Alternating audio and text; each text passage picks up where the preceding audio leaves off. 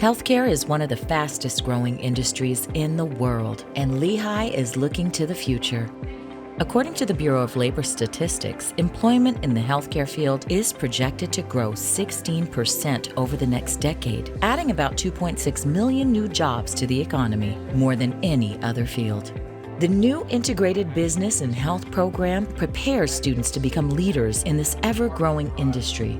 The four-year inter-college interdisciplinary program focuses on the combination of business principles and an in-depth knowledge of health and health policy, empowering graduates to thrive in the global health market. Healthcare is about helping people, but it's more than just treating patients. It's about supply chains, business management, finance, and technology. Lehigh's IBH program will train a new class of leadership in these fields and open the door to exciting career opportunities. The IBH integrated program brings the best of business and health together and prepares students to make an impact in a high-demand field. Hi, everyone, and welcome. I am Beth Dolan, Dean of the College of Health. I want to thank you for joining us for the first session of our sixth session Population Health Colloquium series focused on the business of health this year. So this is the seventh colloquium series that the College of Health has hosted. Each series celebrates a milestone, an initiative, or a goal for our college. This particular iteration celebrates the new intercollegiate program, Integrated Business and Health, a collaboration between the College of Health and the College of Business. So we welcomed in our first cohort last week. I know some of them have joined us in the audience, so just want to say a special welcome and shout out to those students who will be here. Hopefully we'll be hearing some questions for them. So before I introduce President Helbley, I want to offer a few housekeeping notes to everybody.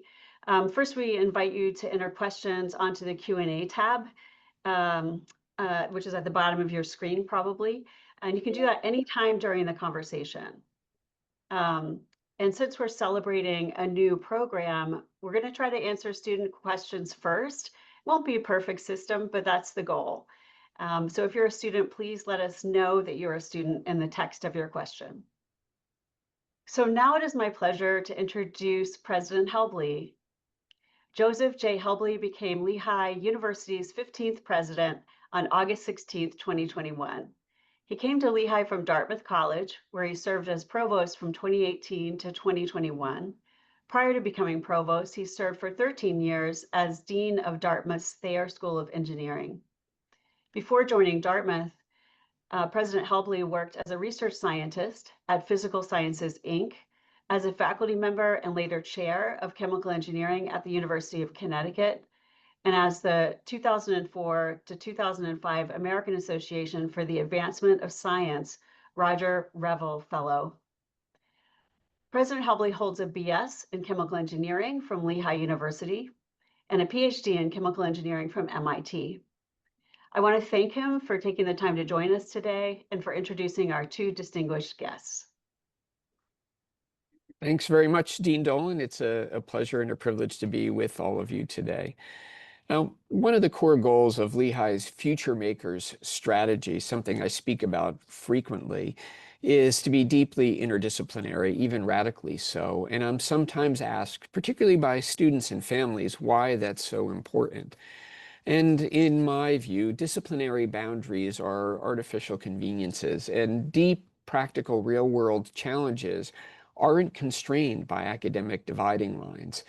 And as we structure and build our academic programs at Lehigh across the institution, this is an important principle. And I think we see this embodied perhaps most fully in healthcare and in the programs of the College of Health. And Lehigh's College of Health, including in the population health program, has been intentionally, thoughtfully, and internally interdisciplinary from the start, and also deeply committed to building partnerships across the campus that benefit our students. And at Lehigh, this is a broad strategy that I've encouraged and strongly supported, advancing our existing inter-college programs that exist among engineering, business, and arts and sciences, and also creating new ones involving the College of Health. And it's in that spirit that the new inter-college program that Dean Dolan mentioned in her opening remarks, the Inter-College Program in Business and Health, or IBH, launched just this fall. Now, Business and Health, an integrated program, is a new program designed to help our students bridge and combine different ways of thinking in each area, learning different ways of characterizing problems, asking and answering questions, being prepared from the start, as the video demonstrated quite nicely, to combine the understanding and analytics from each area, and someday being contributors to improvements in health across populations and even reductions in cost. And I'm particularly pleased then to be able to introduce the two speakers today who have deep experience in this field and who are both proud alumni of Lehigh University. Our speaker and his interviewer are both individuals I have the privilege of knowing well, each of them devoting their career to improving health as technology and business leaders. So first, our moderator, Vincent Forlenza. Vince is a 1975 graduate of Lehigh, majoring in chemical engineering, and he also holds an MBA from Wharton.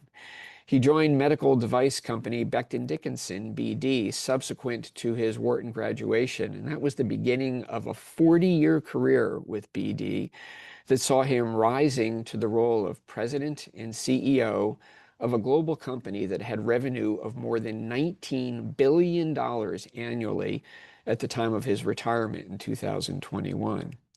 Prior to serving as president and CEO, Vince's roles at BD included Senior VP of Technology Strategy and Development, and also heading strategic planning for BD Europe during a period in which he lived in France. Post-BD, Vince remains very active professionally through his service on a range of boards.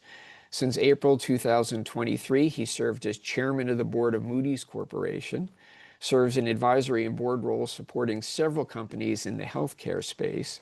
He's a former chair of the Valley Health System Board of Trustees, and since 2022, he served as the chair of Lehigh's Board of Trustees. I'll embarrass Vince for a minute by pointing out that in May 2025, he was ranked number 31 on the Wall Street Journal's list of the 250 most influential and effective corporate directors, all of which I think should tell you why I'm fortunate as president and Lehigh's fortunate as a university community to have him leading our board of trustees and helping our university thrive and excel. So thank you, Vince, for being here today. Vince will be moderating today's conversation with Jeffrey Burbank, a 1986 graduate of Lehigh with a degree in industrial engineering.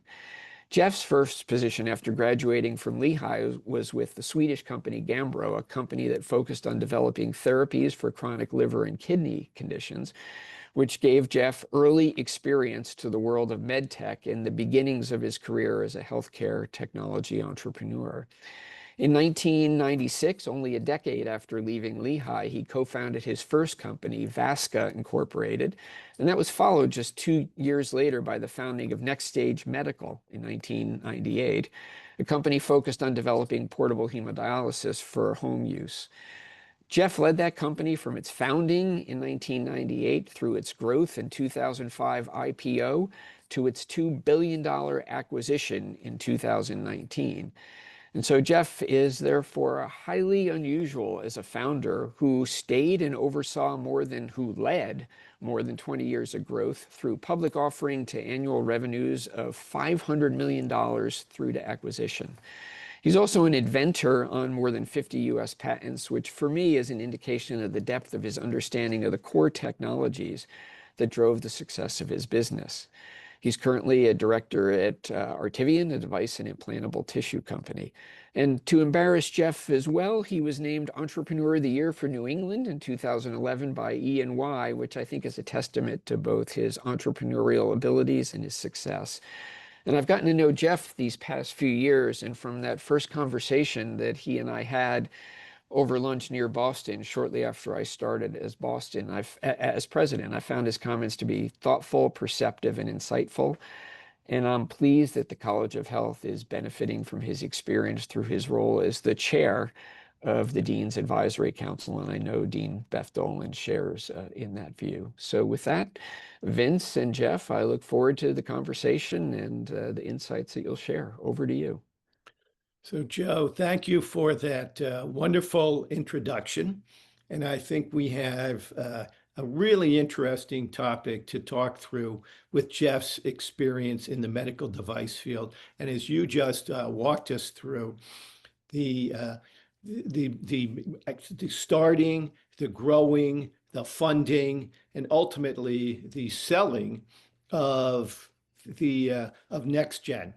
And Jeff and I have had the opportunity to talk a number of times about the medical device industry, and I'm very happy to go through this with Jeff. And maybe I'll just start, Jeff, with when you think about Lehigh, before we get into the actual company next gen, how do you think Lehigh prepared you for a career in the medical device industry?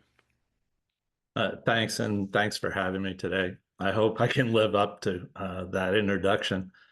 The the thing that as I look back on my career and think, what did I really take away from Lehigh? It was uh, how to problem solve. I had an experience where I went to University of Arizona for a semester, and it was a very different style of education where they show you how to do it, show you how to do it, then you have a test, and you'd have to do it again. Whereas Lehigh was, they'd show you this thing, they'd show you that thing, and when you got to the test, you've never seen the thing they were showing you for the test. So if you were paying attention, you could learn how to solve that next thing. And I think that's what I walked away with most was kind of problem solving skills that I didn't go into Lehigh with. Jeff, I had a similar experience, and I would just add to it that it was not very simple programs. They were often ill-defined issues and problems that you had to solve. So Right. there was a complexity involved that enabled you to think broadly about a problem. And so with the same thing, I think you're putting the same issue on the table, which was that leap from it's not just this particular problem, but how do we think broadly about the different variables that were involved? That's precisely what I get at. Yeah. I just think Lehigh had a different approach than my exposure at other universities to that specific topic. Yeah. Yeah. And I know that you and I are both excited that now there's this integration of engineering and health. And you and I had to do that ourselves. I was taking business courses at Lehigh along with the engineering courses, which was a little bit unusual at the time. Of course, I'm older than you are, and you had to put it together during your career. So Yeah. I think this is an exciting moment for us. Yeah, I think we're both examples. There's so many great examples of Lehigh grads in healthcare, and I think it was the toolkit we started with. Plus, we had to kind of put some other pieces together. That is why I'm so excited about this new program because it really combines things that I had to go to the school of hard knocks and put together myself. That Lehigh's attempting to put together for students to give them that leg up going out. Absolutely. So you were with Gambro, okay? So that seems to be a natural starting point for where ultimately you ended up with Next Gen, same kind of part of the industry. But why don't you talk a little bit about how you got interested in starting Next Gen, and then your concept of what the problem was that you and the company was going to focus on? Yeah, so the first thing is it's next stage, sorry. Age, But I'm sorry. next stage, that's okay. So we saw a very apparent unmet need in dialysis. Dialysis is the treatment of patients with kidney failure. So when you lose your kidney function, you have to purify your blood, remove the toxins on a frequent basis. And that was done historically in the confines of a dialysis center. And people would go 3 times a week for treatment that was about 4 hours to those dialysis centers. And they'd have to kind of be there when the center told them to be there. Very invasive, very episodic therapy. And there was some clinical data out there that said, if we could treat patients for a shorter period of time every day, that we could probably have better clinical outcomes. Very much like other diseases like diabetes, where the tighter you can hold patients to their natural physiology, the better they seem to do. So we had seen that clinical data, but the reality was patients weren't going to go to a dialysis center every day, and dialysis centers weren't set up to do that. So we had to combine the concept of, all right, can we move the therapy to the home? And can we make it solve all the problems that really creates? So that was the impetus, was really the clinical data that said we can do a better job, but we have to solve a problem. Can we solve that problem? And Jeff, how long did a treatment at the clinic take? Yeah, at the time it was between 3.5 and 4 hours.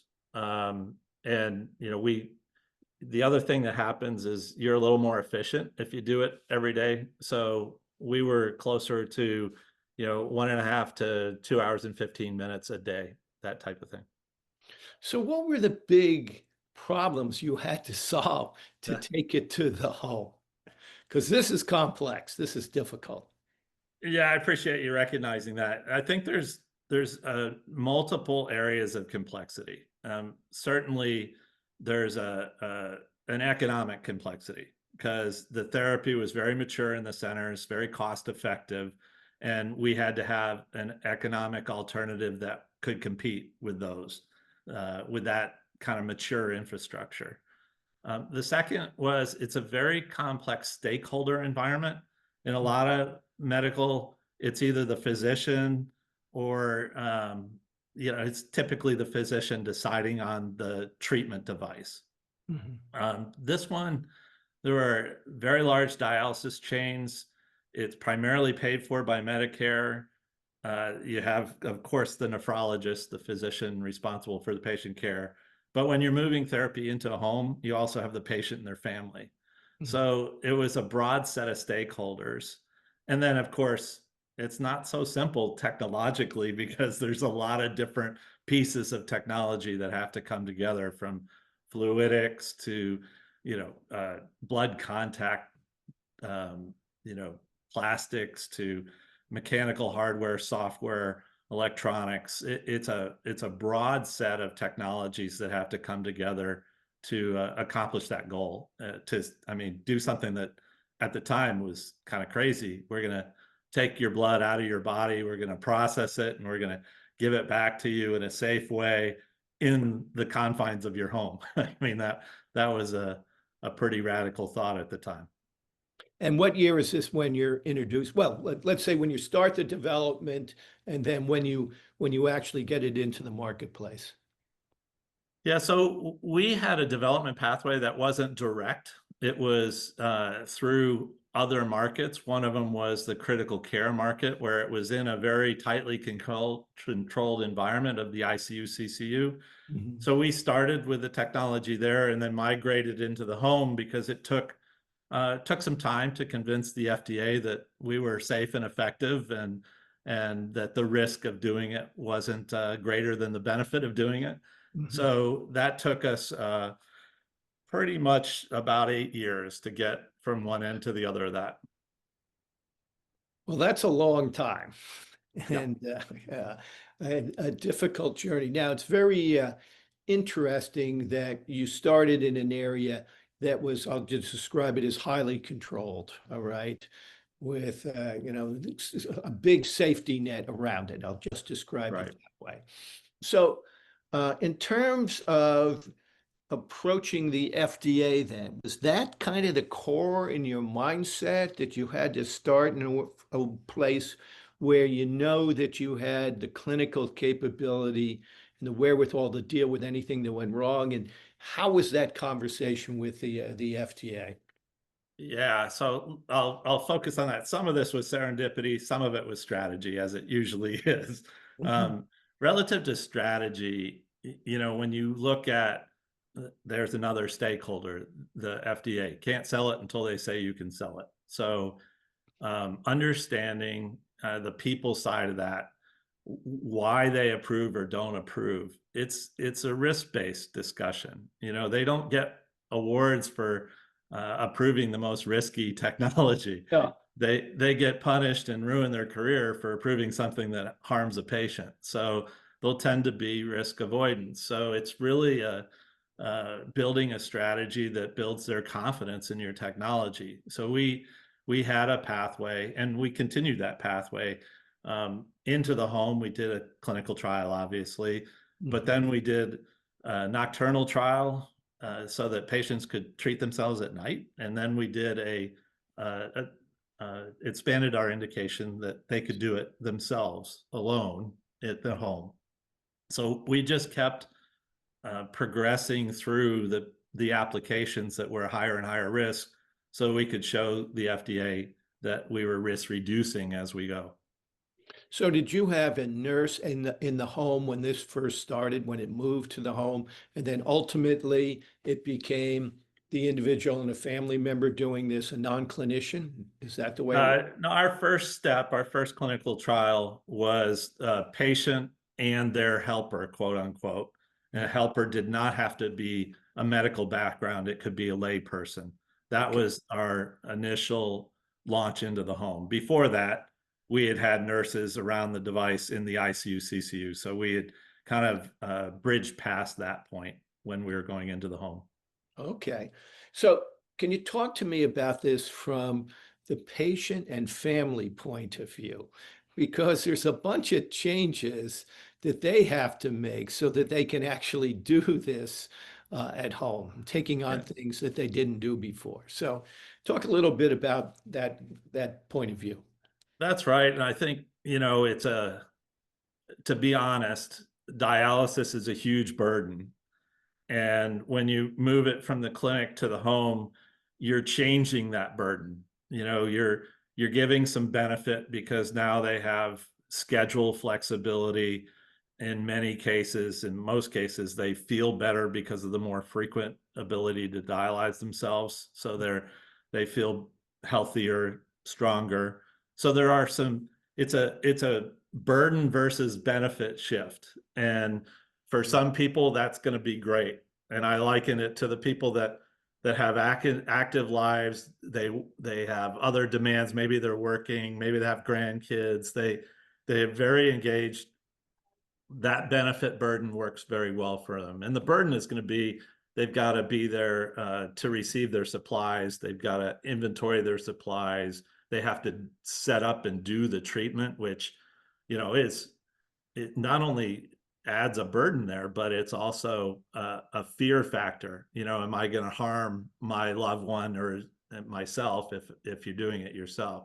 So there's a whole different mix versus making the trip to the dialysis center and being in that environment, which to some people that's a very negative environment. To other people, they feel very safe there because they're in the care of trained professionals.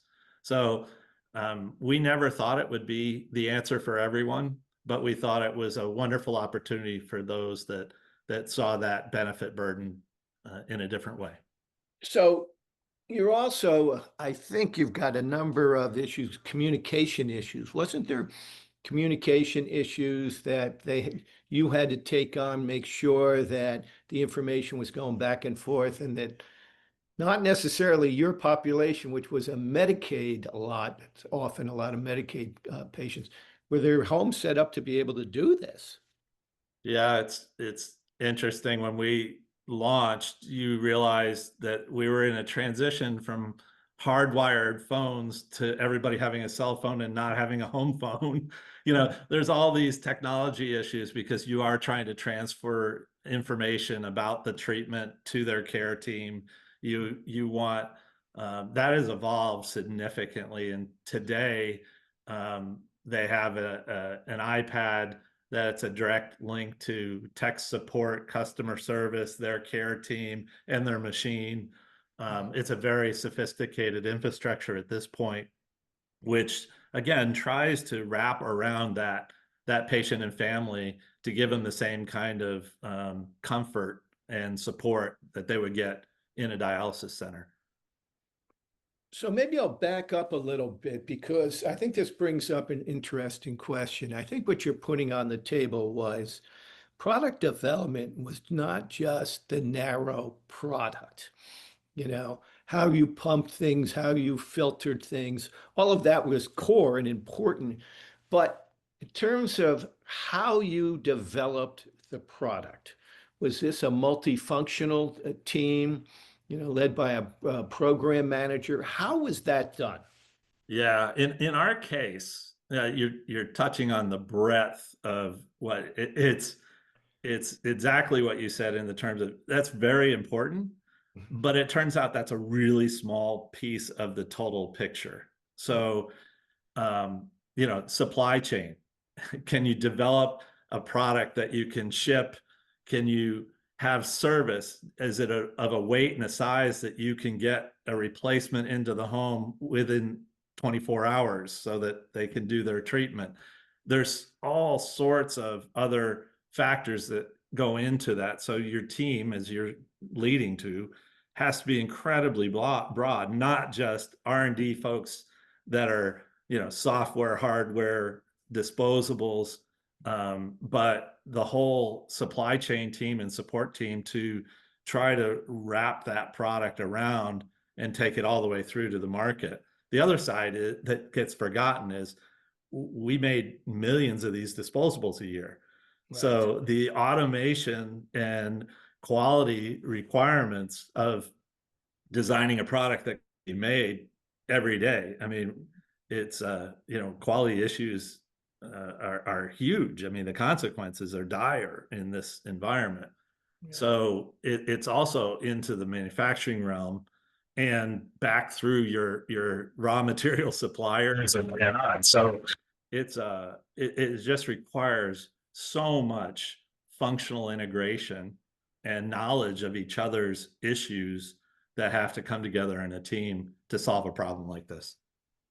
And, I had the same experience, of course, at BD, and the ability for multifunctional teams to understand the other elements. Yeah. So a marketing person who understood the clinical piece of this, the scientific clinical piece, yeah. And let's say not just promotion, but really understand it from the doctor's point of view, from the patient's point of view, and from family members' point of view was incredibly important. And I think where this is leading us is there are multiple pathways here in terms of if you start to put together, when we did it in our own careers, it's, interdisciplinary becomes the way things get done. So starting to understand that early on in your career and in your education, I have found to be incredibly important because those teams don't work if that doesn't work well. Yeah, which takes you to kind of one of my core elements of advice is it's all about people. It's all about how to create a good team and execute a good team, because there's just no problem I've ever run into that I could solve alone at this point. It just requires so much from so many different functions. And unlike in school, where you need an answer in 50 minutes and it has to be in your head, that's not what the real world is. I mean, you can call the world's expert and get the answer, but you got to integrate it with all the other elements and put it all together. So you have time and you have access, and you got to learn how to use that. Right. And how would you describe your leadership style in that environment? I would hope that others would describe it as very, very collaborative, very goal oriented, and not. It's not about the issues, it's about the solution. Very solution oriented, and how do we work together as a team? So it sounds like too, you're starting the company, you've got to build a team. Yeah. So how did you find the people? Were you drawing from the people who worked with you before, you reaching out? How did this come about from the standpoint? So I can build these skills. Yeah, and this all too well. It's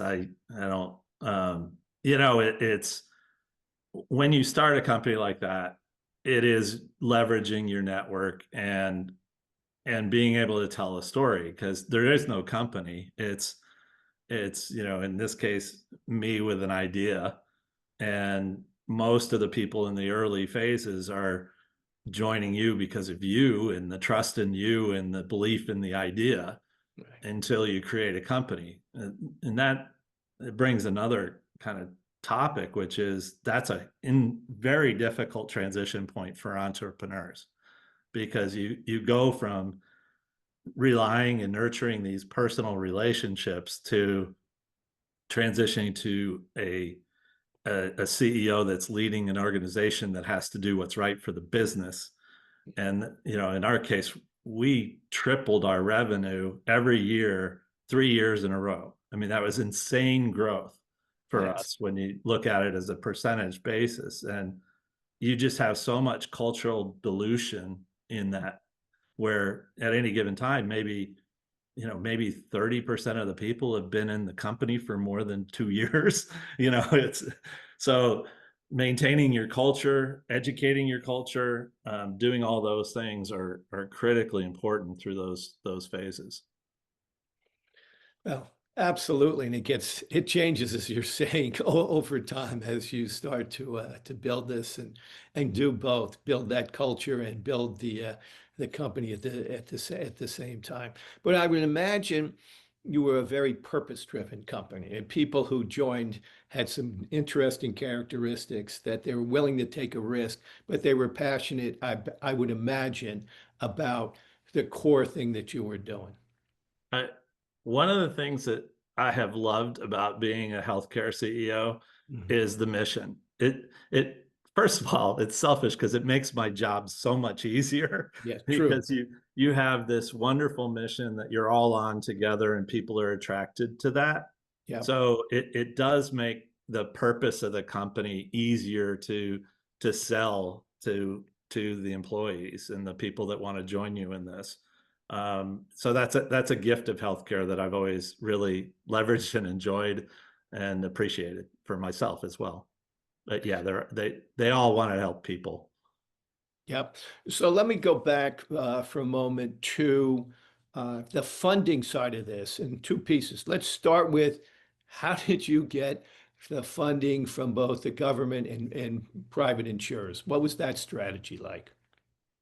So it was largely everything's very specific, and one of my other kind of things is follow the money. You really have to understand how money flows through the area that you're trying to launch a product into.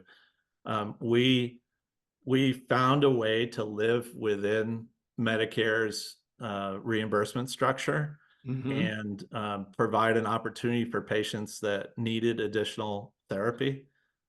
So we weren't trying to change Medicare as much as we were trying to figure out a way to economically successfully launch into their structure. Right. And then private insurance in this area, and it's a little bit flipped. It's usually Medicare because they're coverage of about 80% of the population or more, that they're the leaders in reimbursement, versus in some other areas, the private payers are the leaders. Right. So in this case, the private pays, they kind of followed what Medicare did. So just coming back to the government, in previous conversation I've had with you, when you looked at this from a total cost standpoint, Yeah. I would expect you were saying it was more expensive to do it in the clinic when you looked at total cost than that, you could do it cheaper at the home. That was that part of the direct conversation with CMS, and did you do work to actually prove that? Yeah, that was always, from that early clinical data that I spoke of, Yes. that was trying to show that total cost of care, when you include hospitalizations and drugs and all the cost to maintain a dialysis patient, could benefit from a more frequent therapy. So Yes. that was what we were always trying to prove. And we did a lot of clinical research in that. And it's absolutely clear in certain patient populations that that's really can be true. Right. It's not universal, but it is in targeted populations, there is a benefit there, it seems. Yeah. And of course, once you get outside the United States, you have other organizations similar to CMS that are doing that work, uh, in a very detailed, Yeah, way in terms of getting into the details of the financials and what that's going to do to their healthcare system, the UK for next and whatnot, right. which I'm sure you're aware of. So with that in mind, so you've got a great clinical outcome that you're putting on the table and a good financial case. Let's talk about the investor side of this. How did you fund the company going back to the beginning and then talk around the steps that you had to go through to do this? Yeah, conceptually, you're articulating a dream. You Yeah. know, we can do this, and here's Nirvana. We're going to sell billions of dollars of these, and but what you have to do is take it in discrete chunks and kind of prove that theory over time. So, can we develop the technology that can actually do it? Can we show that the market will actually respond to that? You parse it out so that you can go out and raise money for each of those that, commonly termed milestones, so that you can align your fundraising to your milestones that are significant enough that investors feel like you are on that pathway to developing a company. And we were fortunate that we mostly stayed on that pathway, and there were a couple very challenging times. And what you don't get to control is the backdrop, the 2008 crisis, and the economic backdrop is out of your control. So you hope you can navigate through those types of things and you don't get caught in a bad situation. And we were very fortunate. We had raised a big chunk of money before some of those tough times. Right. I was not. Yeah, a lot of entrepreneurs are focused on optimizing their financial position and avoiding dilution. Right. I So, they didn't want to raise tons of cash, and I knew this would take a lot of cash. And the quickest way to not do that is to fail. So, Yeah. when you're successful, people tend to get taken care of. When you fail, people don't get taken care of. And we were always focused more on, succeeding than we were on value creation. Like, that'll come if we meet our milestones and if we can do what we say we can do. So it was a little bit different because I think a lot of people get hung up on, I'm doing this to make money. That's not what we were doing. And we even tried to screen for that in employees. If money's your motivation, you're going to go through some tough times, you're not going to hang on. If Yeah. if the mission is your motivation, you're going to stick and you'll go through the good and bad. So Jeff, you know that I'm doing the same thing. I'm agreeing 100% with you in terms of the people you bring on have to be mission focused. And yes, they'll get rewarded on the financial side if this is done well. I'm doing an autism test right at the moment. And so it's those people who care about it. And Yeah. often there is some family linkage or they Right. know someone, but it is important to them. Let me get in a little more detail on the financial side. So how big, you start with an equity raise, or do you start with friends and family, or did you go get a big equity raise? What happened in the first phase there? So we were a spin out from Vasca. So we had the existing investors that we could go back to. So we got seed capital from the existing investors. Mhm. And then we did a big equity raise after we kind of showed we actually, at the time, you had much more regulatory flexibility. So we were able to prototype the clinical experience and treat some patients to show this really seems to hunt. And that was really our first demonstration that we were on the right path, and that allowed us to raise some capital. And again, I think it was a different time.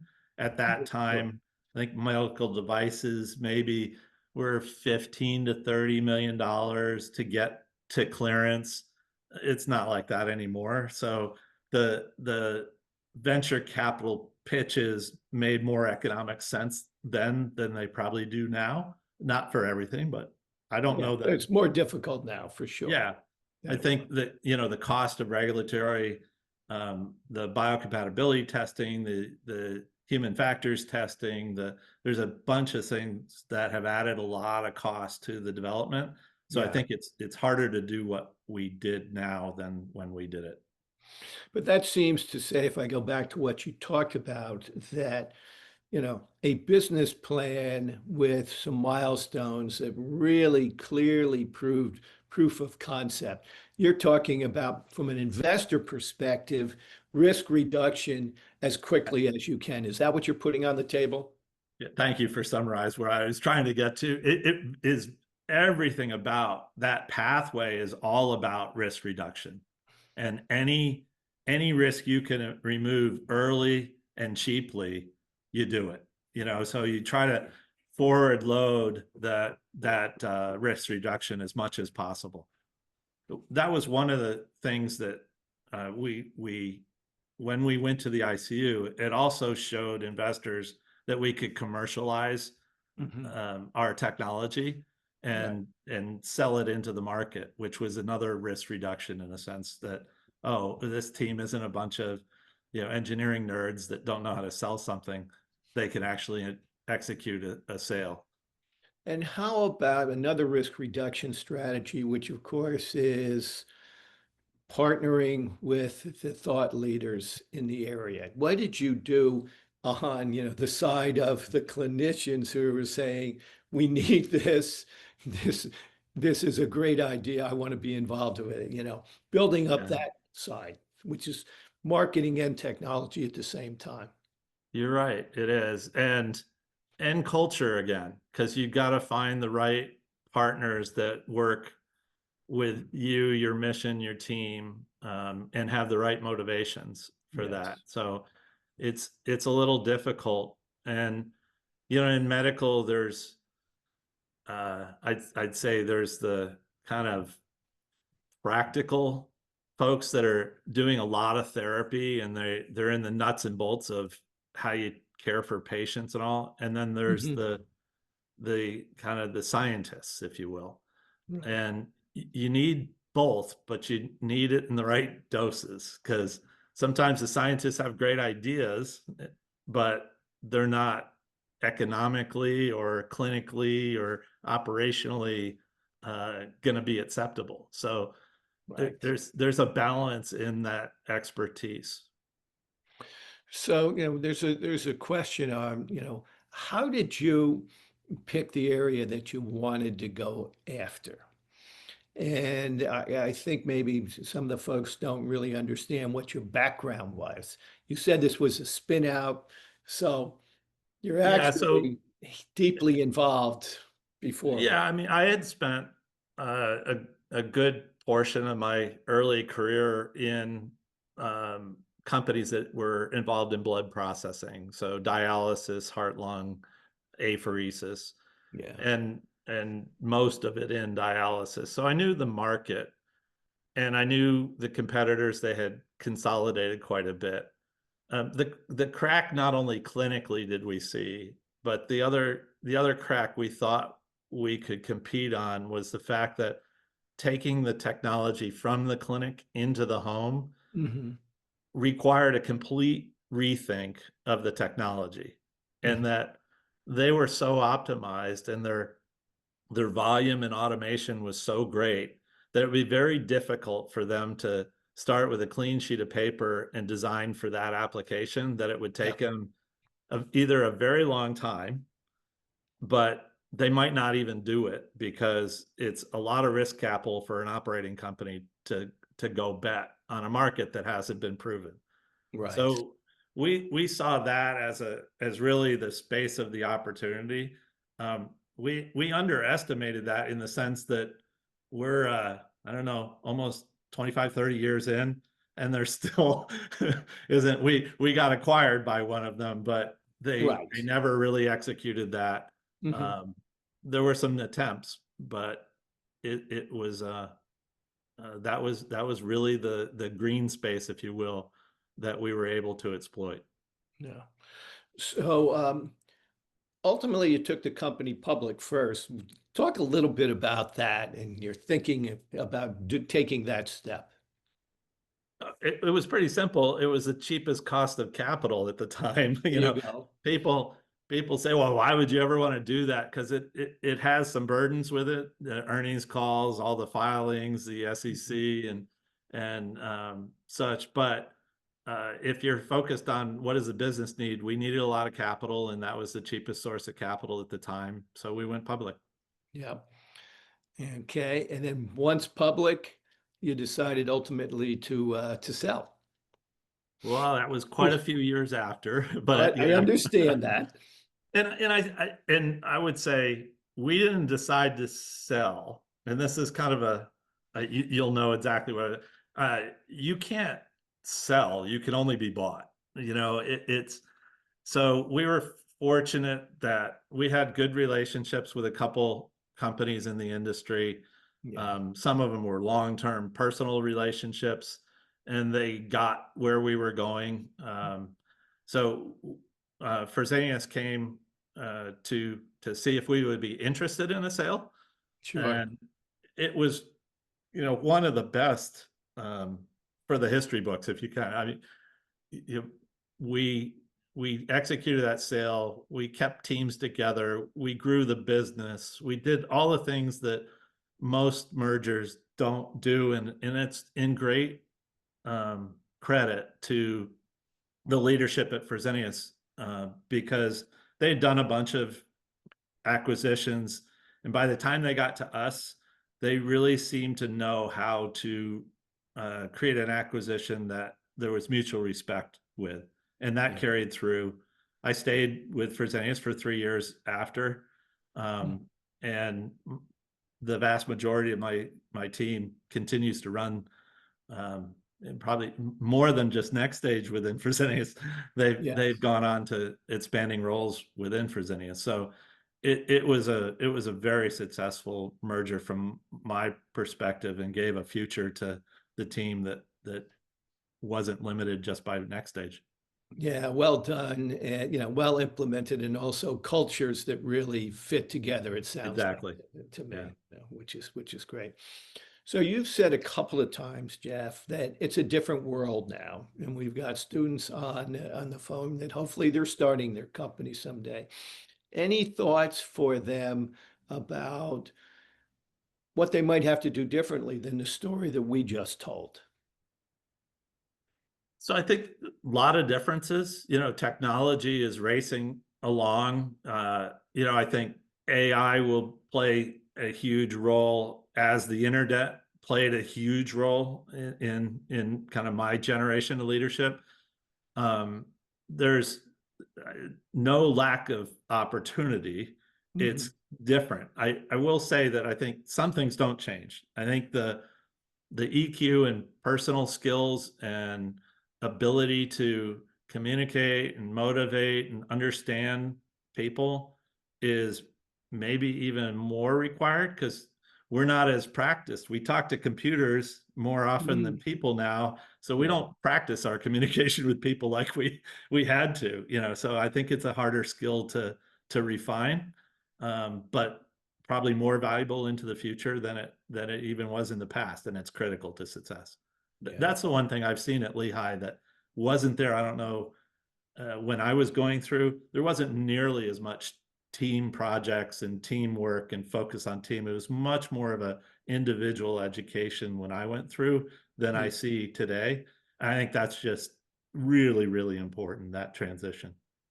I think we're also saying, Jeff, that experiential learning, if you Yeah. can do that early on, and you and I are having with Beth a lot of conversations Yeah. around that. Both of us are big believers. And I think you have told me that you brought in many students, more towards internships and whatnot. Talk a little bit about that and what you saw when you did that.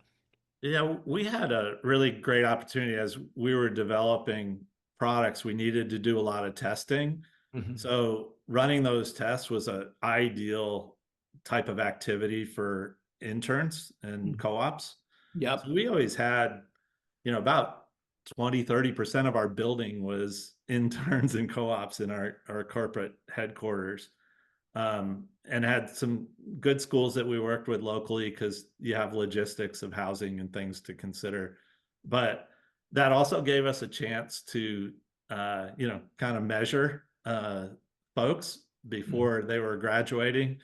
And some of our wonderful leaders have come from that program. We've just kept developing them. So it's been a win-win, Mhm. but it was unique to the sense that we had a lot of validation, verification, testing to do with the product. So we always had activities that were better suited to those resources than our own, hired engineers and things. Right. So one other question for you, which was, how did you think about international in the context of all of this? Where you started in the US, you know, the markets have developed quite differently, I think, in your place with more faster internationally. How do you think about it this globally? Um, for so many of those factors that defined our success in the US, Mhm. they're so different in those markets. One of the benefits for us was that in the US, the labor costs for in center are high, but if the patient is doing it, you're removing a lot of labor costs. Right, That's not necessarily true if you go to some of the Asian countries. Their labor costs are lower, so they don't have the same math that we have. right, Um, Europe, it's a little bit different. So I guess the point of this is you really need to understand your value proposition and your economics, and you really need to understand the market to say, do they work or don't they work, and right, not get ahead of yourself just because you had success in the US absolutely does not define success anywhere else. right. There and even, I didn't mention it, but cultural aspects are critically important too. So it's another research project to make sure you understand what you need to know to align your product to that market. And people wouldn't think this, but the differences in clinical practice, how things get done, can be very different from region to region, country to country. You can even see it in things like IV therapy, you know, and pharmacy practices where they store medications, all totally different. It's And so you and got to know even this deeply around the world. even the shocker to me was the physiology in different Yeah. genetic populations. Like blood cells act differently in different parts of the world than in the US. So, things that you think you can take for granted in the technology, you can't even take for granted. So you really need wide open eyes to think about those transitions. Yeah.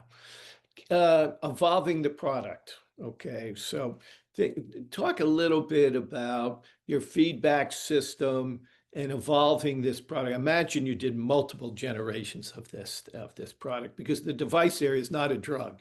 It is constant innovation, innovation. Right.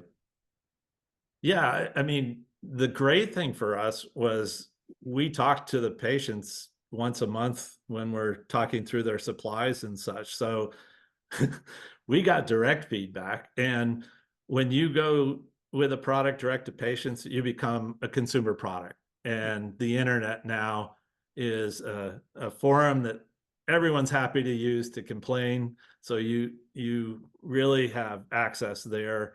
The feedback was relatively easy. The solutions are tough. It's Yes. people want a lot of things that you just don't know how to do, and over time you pick away at them and you make good progress. Yeah, the product has evolved. The core kind of hardware has stuck. Mhm. The software, the user interface, some of the ancillaries around it, the connectivity, all those things have changed dramatically since the launch. Yeah. Well, great. We're just about out of time, Jeff. Any recommendations you'd like to make to the folks on the call, to the students on the call? There's one frame of mind that I've found really helpful. You know, you're going to run into a lot of disagreements over your career. And I've found that if I approach a disagreement from the perspective that that person must know something I don't know, or I must know something they don't know, because we're both very capable people and we Mhm. wouldn't come to different conclusions if we're operating off the same information, Yeah. that taking the emotion out of it and thinking and approaching it that way has been incredibly helpful to me in my career. I didn't go into my career knowing that.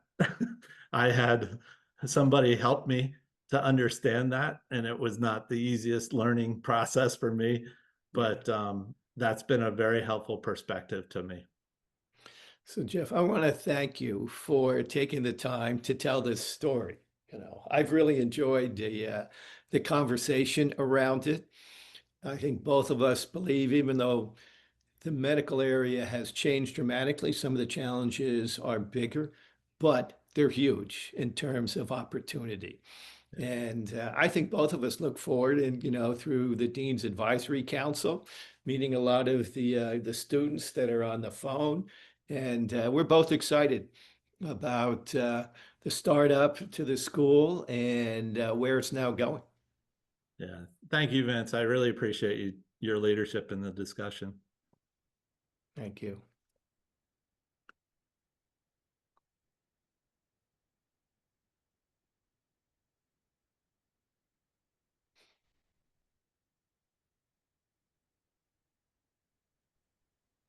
Thank you guys so Any much. comments you would like to make?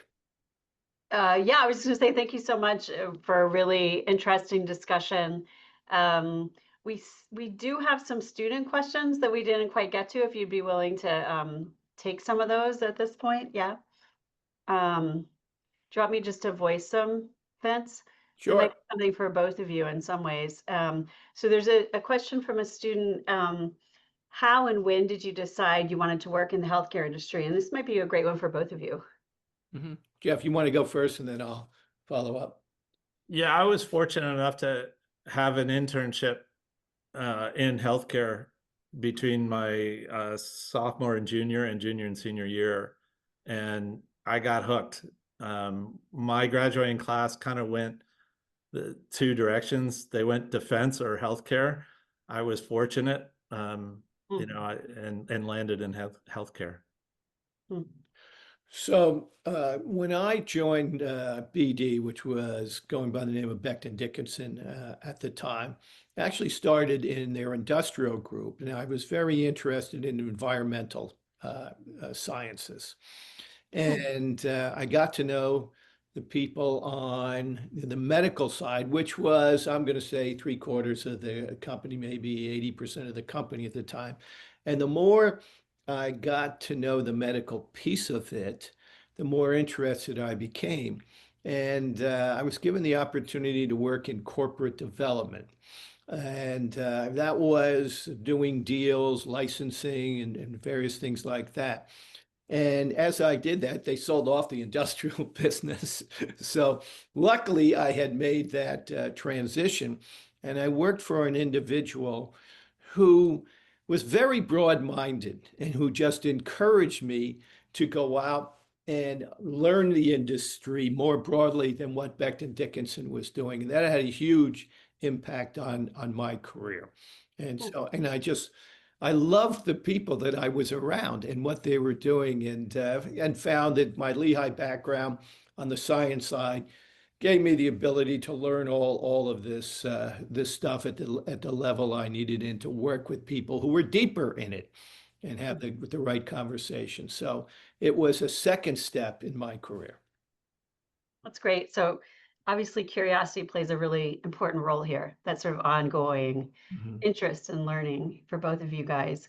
So a couple of folks have asked the question around how you identify a problem as worthy of being a startup. So I'm going to read one of those questions. So this is from a chemical and biomolecular engineering doctoral student. And so he has a question regarding the process of choosing the problem you would spend years and years to solve. There are thousands of global health concerns and unresolved challenges outside of having a personal connection to a certain issue.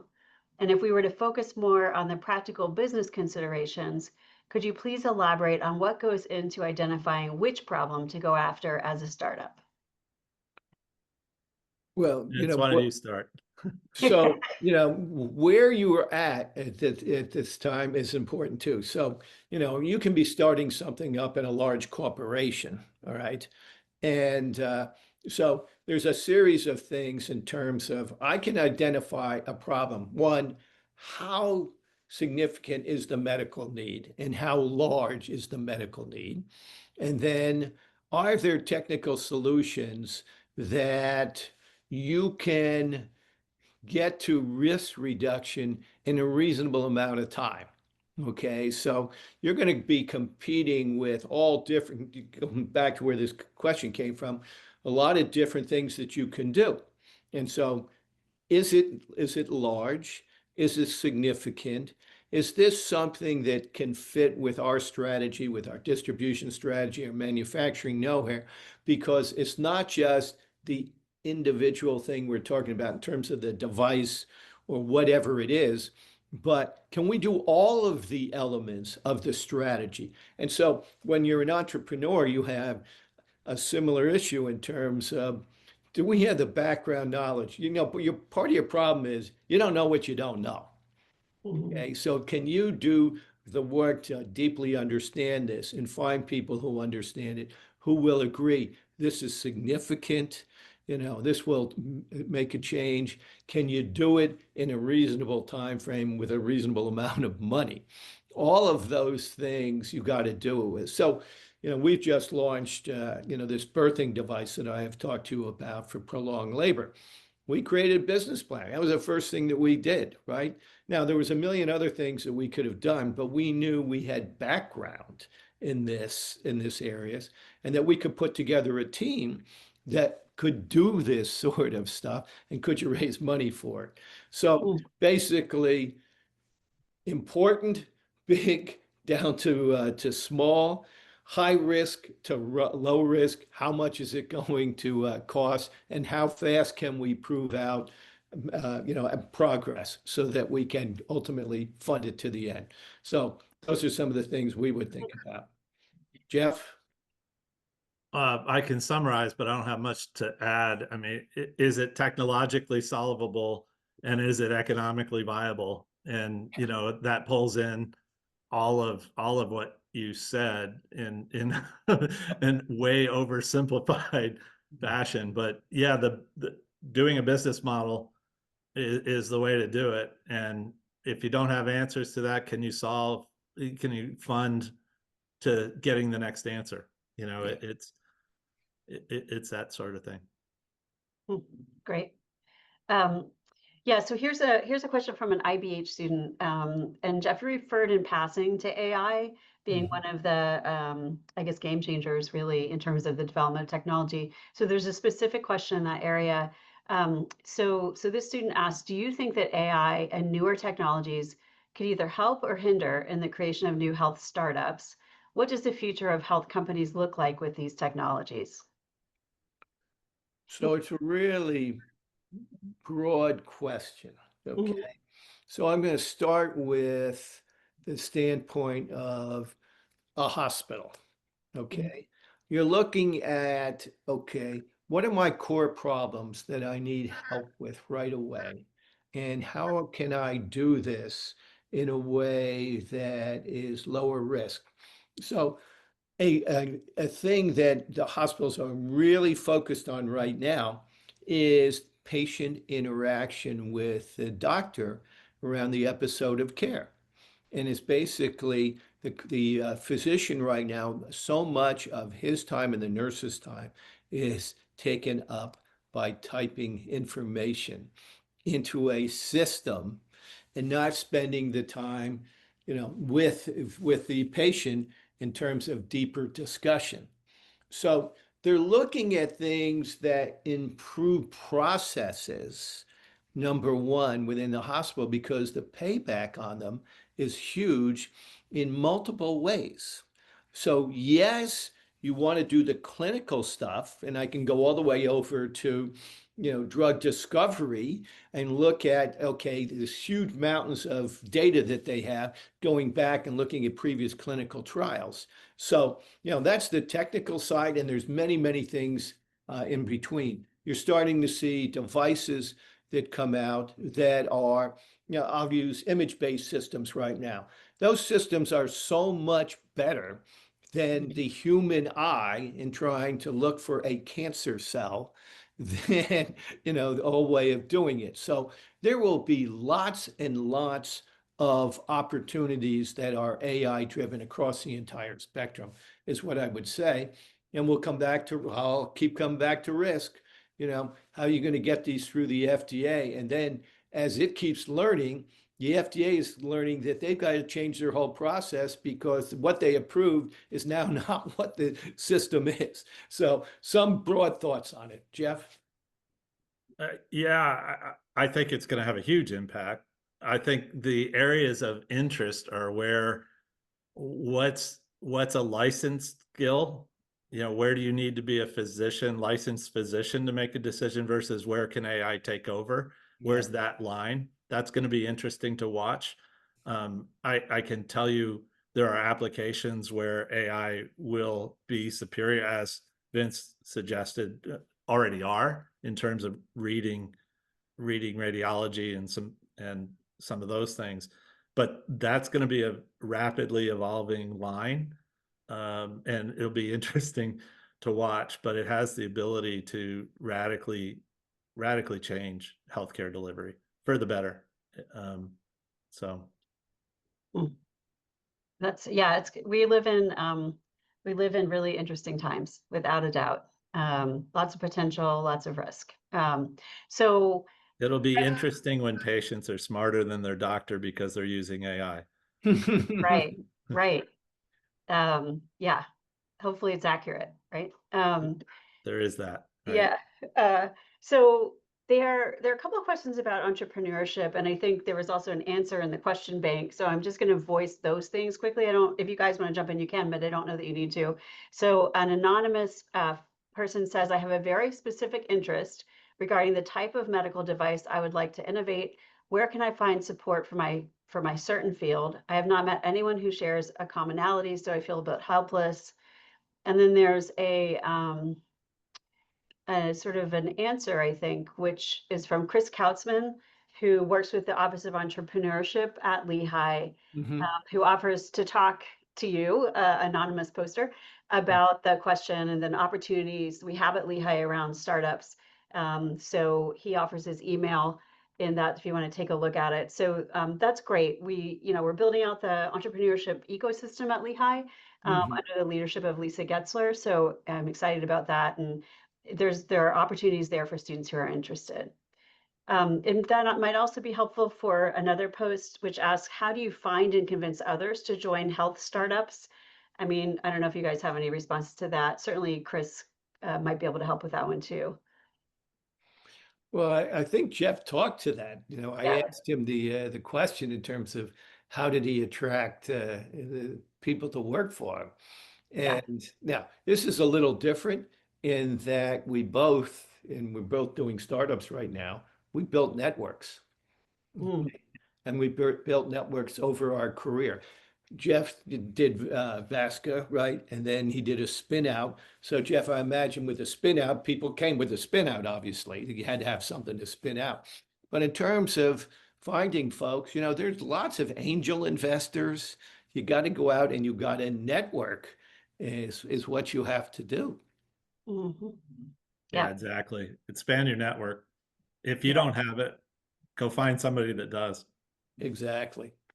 Yeah, and if I could put in a plug for Lehigh alumni who are out there and you can access through, what is it called? People Connects, something like that. Lehigh Connects. Talk to somebody in the career Center for Career and Professional Development for help developing that network. Get on LinkedIn and find people doing it and reach out, doing the thing you want to do. So anyway, there's a lot of ways to network. So this is a really different question. And it's from someone who says he's not a student, but was wondering, how would you advise people how to deal with career failure? So shift in thinking from a lot of talk about success, but what happens if you fail? Well, I think the first thing is to step back and understand why you failed Mhm. and what worked and what didn't work and what would you do differently. Mhm. And you need to understand that before you can take the next step. And so, then it's a matter of that you're not giving up. You're understanding where you may be more successful and, having, the desire to continue with something. Um, I would, in doing that, I don't think it's just yourself, talking to yourself about it. I Yeah. think it's talking to people who knew what was going on and having an open and honest conversation with them about, from their perspective, why did this work or why didn't it? I mean, if you were doing something and you took a high risk and the technology didn't work and you didn't do anything wrong, it was just, what did I learn from this? How do I think about risk? And so how would I change what I select for the next time might be the question and might not be you yourself. So just some early thoughts. Yeah, I would add maybe look for an opportunity that's a pivot opportunity, like going back to school or creating, joining a nonprofit or something that changes your network, gets you access to a new network. Because it's hard to sit in the same place and expect a different outcome. So you really need to look at how can I create a different opportunity, different network, in addition to the things Vince articulated. Yeah, that's great. Thank you. That's good advice. So there are a couple of questions that are specific to dialysis, and there are a couple of questions that are about insurance funding or insurance relationships with insurance providers. And so you touched on that. I think these might have been posted before you guys went deeper into that question. So just if you have anything to add here. So uh, actually, one of them disappeared. Okay, well, we're not going to go there. Somebody asked, why is Europe so far ahead of the US in home dialysis? I don't know if that's true. Uh, it depends country by country, Yeah. actually.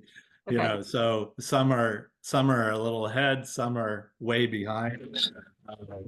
The factors of how dialysis is incentivized and reimbursed, what the social kind of compact is. Some people don't want to bring medicine into their home culturally. So there's all number of factors that go into defining penetration. Now, there are two types of home dialysis.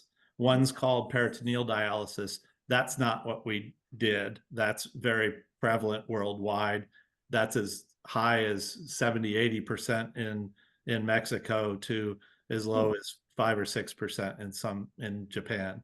So that adoption varies. We did hemodialysis, moving that into the home, which is where you directly purify the blood outside of the body. So those are two different home dialysis therapies. Peritoneal dialysis doesn't tend to be the long-term solution because there's some limitations of the physiology of your own body that determines the performance. So I don't know if I answered that, but probably too thoroughly. No, that's great. That's helpful. And then we have a question that I know you touched on this also along the way, but it came in later, so maybe it's worth going a little more deeper. So this is a question from collectively from the master students in the technical entrepreneurship master's program. So they wanted to know, how did ongoing customer feedback help evolve product features after the launch of the project? Yeah, I mean, Vince was pointing out that with medical devices, they're never static. You're always looking for the improvements and how do you capture the feedback.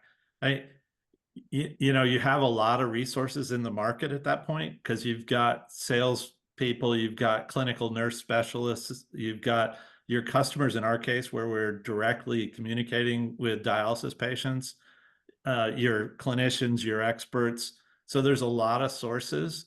I think one thing that probably we did a pretty good job is you've got to capture it, record it, discuss it, and act on it. And that's where, you know, a lot of people talk about collecting that, Mm, but you need a formal process by which you review that input and you choose which ones make the most sense to do.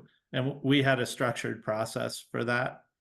mm, And you have to be, all of these things, there's a bit of nuance in it because is it a product complaint? Is it a product idea? There are regulatory implications of how you categorize those and how you execute that input. So you do have to be very thoughtful about how you do that in a regulated environment like the US. yep. Yeah, I would just add to it that, having a really well-developed process for both gathering the information and then how do you decide which ones are most important. So we used to do a lot of customer process mapping, every step in the process. And then in doing it, how can we make major changes to improve the process for the customer? And having a very good process to go out, share that feedback with the customers and let them help us decide. They had to be part of making those decisions. And I would find often that there were internal myths about what the customer wanted and champions of those myths. And Mm, so you had to have a process. We had to have a standardized process for how we would do this. And if you wanted the money from Vince, you had to go through the process. If you were showing up without having done that work, then you weren't going to get the money. Okay. And so who did you talk to? Who were the experts involved?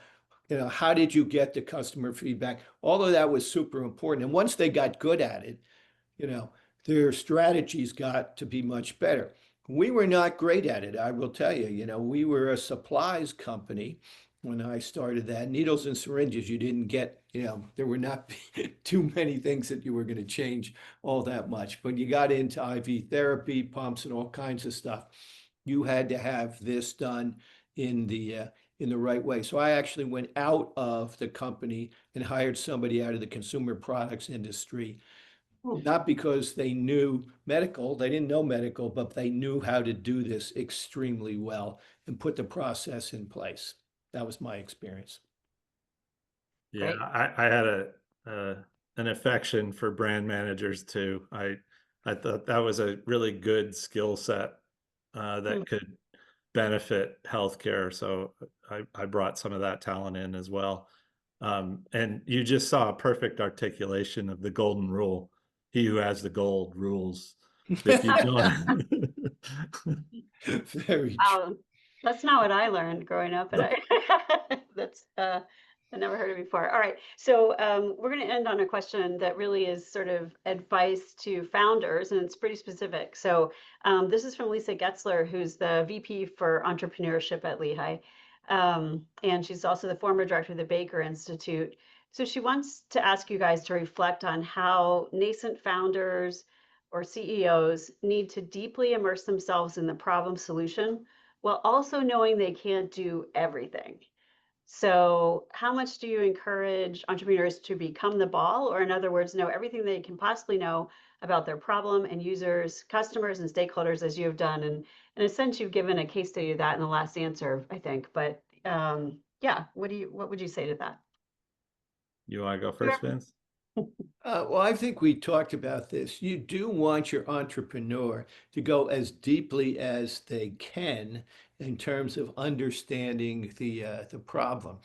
But Jeff and I both have talked about, it's not just your knowledge, it is the network's knowledge, the customer's knowledge. And so how are you building that? And then having the right discussion around this. And so, it can't be that it is this one individual who knows everything and tells everybody this is the way you're going to do it, because that is not going to work. And usually it drives off a cliff at some point fairly quickly because they make mistakes, because they don't listen and they don't evolve. If you look at how, venture capital folks do this, the conversation is, did we meet our milestones? Yes, but what have we learned? What have we learned? How are we changing this? How are we evolving the strategy? So, that is an incredibly important part of success. Mhm. Yeah. It is such a delicate balance between being open to input and being dogmatic to a solution. Yeah. It's Mm. such it is very hard to describe, because there are times where you need to be open and hear and digest people's input and be very reflective on that.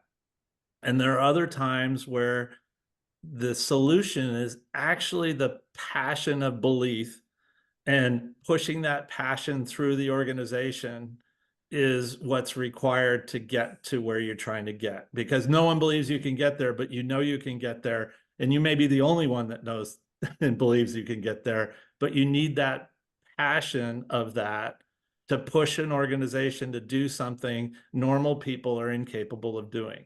So it's this unbelievable diametrically opposed type of behavior. And that's what you kind of need to see in a successful entrepreneur, because there are times where you do have to be open and you got to listen very carefully. And there are Mm. other times where you just got to get out in front and drag everybody with you and take you to the promised land. It's very tough, because those don't normally reside in an individual. So I don't know how much Vince agrees with me on that, but that's always been my, like, this is so weird, because you have to be a bit of two kinds of people. So, And Jeff, I'd agree 100% on that. And it's not just entrepreneurs. You can be running a very large yes, company, yeah, and the company may have developed a culture of this is what we can do and this is what we can't do. Mm. And that these are artificial boundaries, but the whole company believes this is the way it is. right. Mhm. And you have to build the coalition. As Jeff said, you're dragging everybody at first. So it is, where you draw that line, that's management and that's judgment at the end of the day. Yeah, Yeah. I mean, I think so many of the things that when you talk about leadership, in the way that you just have in the answer to that question, it's relevant across industries too, right? Like I'm hearing it through the higher ed lens, and I can really hear that. So I appreciate those answers personally, and of course, want to thank you both for your time today, for sharing your experience and your expertise. It was a great conversation, and I really appreciate it. Just want to invite everybody to join us on October 7th for our next session, which is focused on the future of aging, business care, and community. Thanks, everybody.